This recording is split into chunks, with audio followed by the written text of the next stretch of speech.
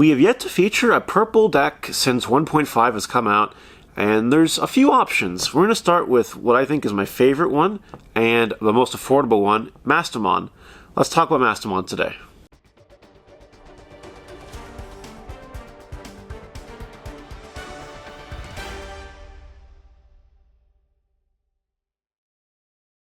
So Mastemon is one of the 10 super rares we got in set 1.5.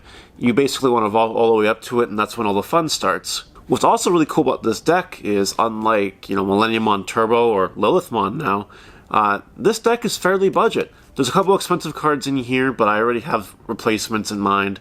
But you could build this deck for under $100, which is really, really cool considering, Omnimons are over $100 for one copy, right? So we're going to the deck profile, we're going to talk about why I'm playing, what I'm playing, and then when we're done, we're going to talk about the matchups and how you can improve those matchups. Hopefully find this video informative, and maybe you'll find a nice new budget deck to try. As usual, don't forget to like, comment, subscribe, and if you haven't, turn that notification bell into Smash Potatoes. That way you know when all these amazing Digimon videos are uploaded. Let's get going. As typical, we will start off with our babies. The set 1.5 blessed us with a new one, Demi-Meramon. It's amazing. It's an inheritable. If the Digimon dies, you draw a card, discard a card.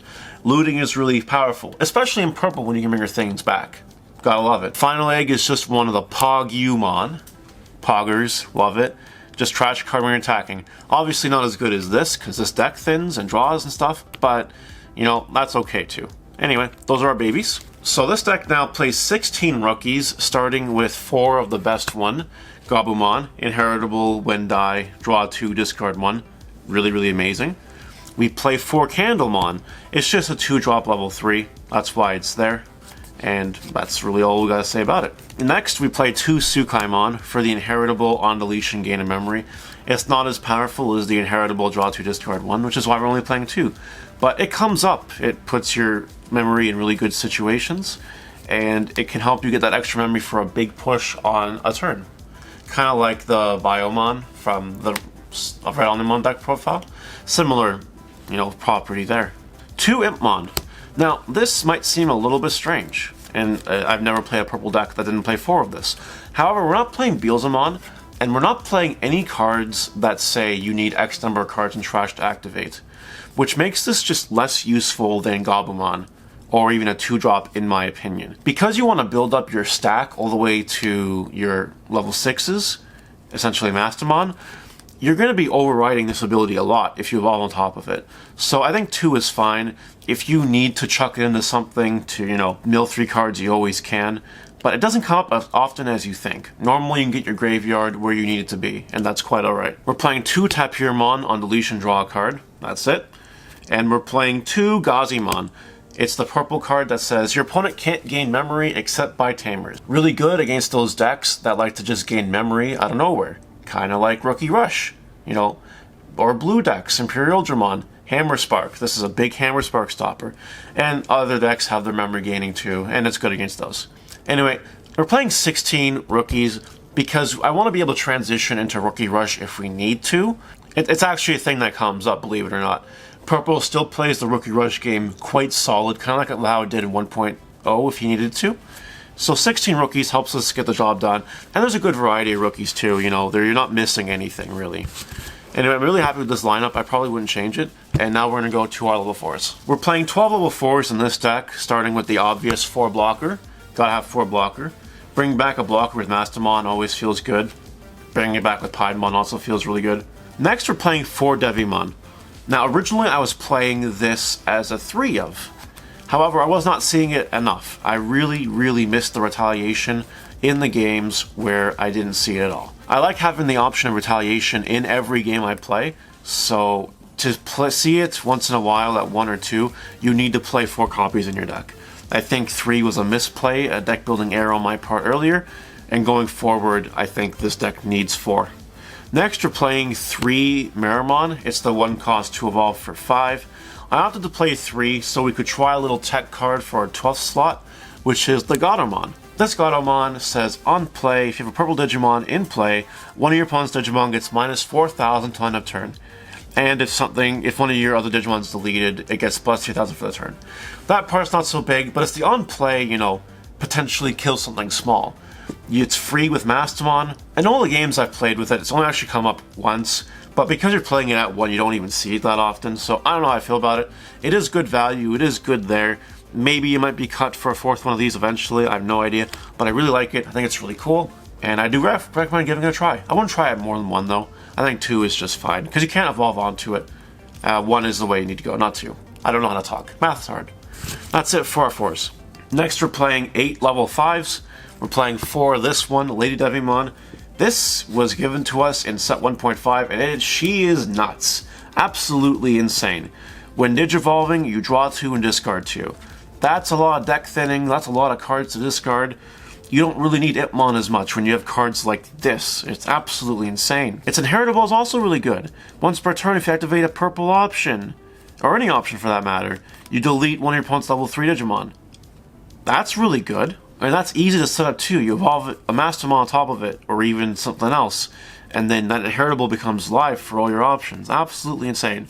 You know, this card is an absolute 4 of in any deck that you're going to be building the stack. And that's just how it is. So we play 4 of that. And to round off the level 5s, 4 Chimeramon. It's your on-play, delete one of yours to delete one of theirs, 5 or lower. I think it's absolutely important. You can Chimeramon on 1 turn, and then the next turn evolve into Mastemon. You know, it's a really good play. And it kills our level 5 stack, which is good enough to get the tempo back in your favor. Now we're playing 6 level 6s, starting with the main one here, Mastemon. For those of y'all that are unfamiliar, it evolves for 4 on a purple or a yellow level 5. When Digivolving, you trash a card from both players' security stacks, then you play a purple or yellow Digimon from your trash with a cost of 4 or less. It also doesn't negate the on-play, so it does trigger this, which is why it's in the deck. But being able to bring back a blocker or a Devimon or even one of these things for free so they can't do memory plays, it's actually kind of crazy. The whole point of the deck is to get to the point in the game where you can get a Mastemon on board. Once you get a Mastemon on to resolve, it kind of starts to snowball in your favor. And if you get a second one, you win. So that's kind of the goal of the game. Just get a Mastemon on the field, then get a second Mastemon on the field, and aggro them out. That's really what you want to try to do. Until then, you control them with all your purple cards, like Chimeramon, and other things you'll see in a moment. Our last 2 slots are the non-budget slots of the deck here. Piedmon. Yeah, it's the most expensive card in the deck. If you include this, you might not be able to build it for $100, to be honest.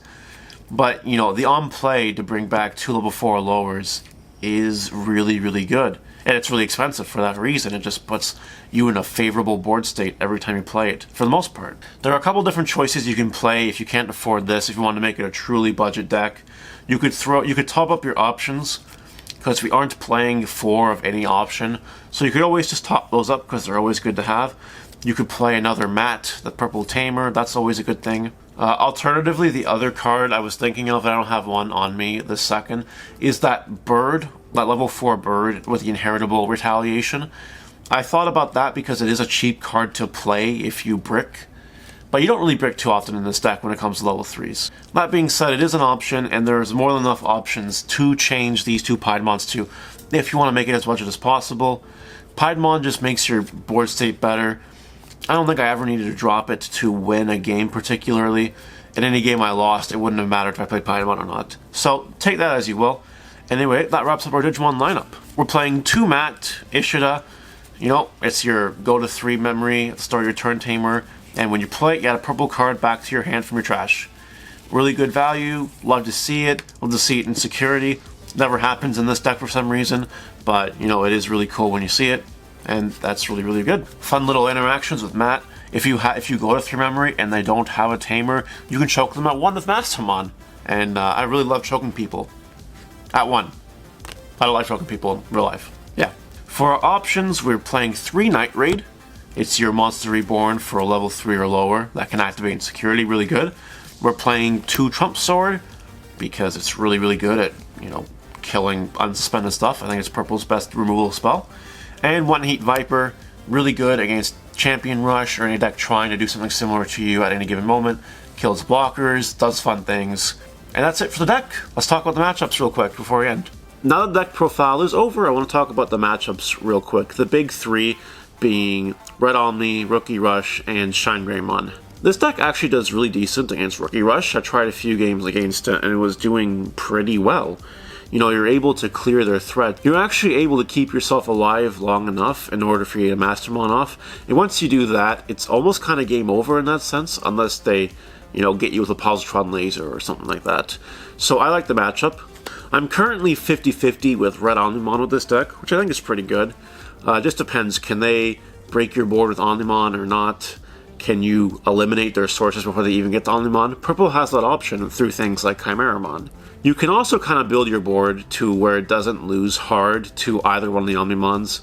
Like your typical Piedmon play into like a blocker or a Devimon, you only lose one creature to both Omnimons, which is really, really cool. And you can kind of design the way you play through the Omnimon matchup if you can't get rid of their, you know, level 6. So that's really cool. Finally, Shine Greymon. I think that's the hardest matchup for this deck. I'm not having a whole lot of luck against it, to be perfectly honest. But I think the key is just to kind of out-aggro them before they get their Shine Greymon in play. If they do get a Shine Greymon play, make it as, you know, as little value as possible. That's kind of the best way to go about it, if you want my opinion. And if you can kill their level 5 stack before you get to a Shine Greymon, that's really, really good. The problem is they can go into Shine Greymon just as often as you can go into Mastemon, and Shine Greymon is just much better than Mastemon, which is why Shine Greymon is more expensive and tier 1. So hopefully you found this video informative. Hopefully you've found a love for Mastemon. I know I enjoy the deck. I'll be playing it more as time goes on, and we'll even have a yellow one on the profile real soon. Until next time, take it easy, guys. See ya.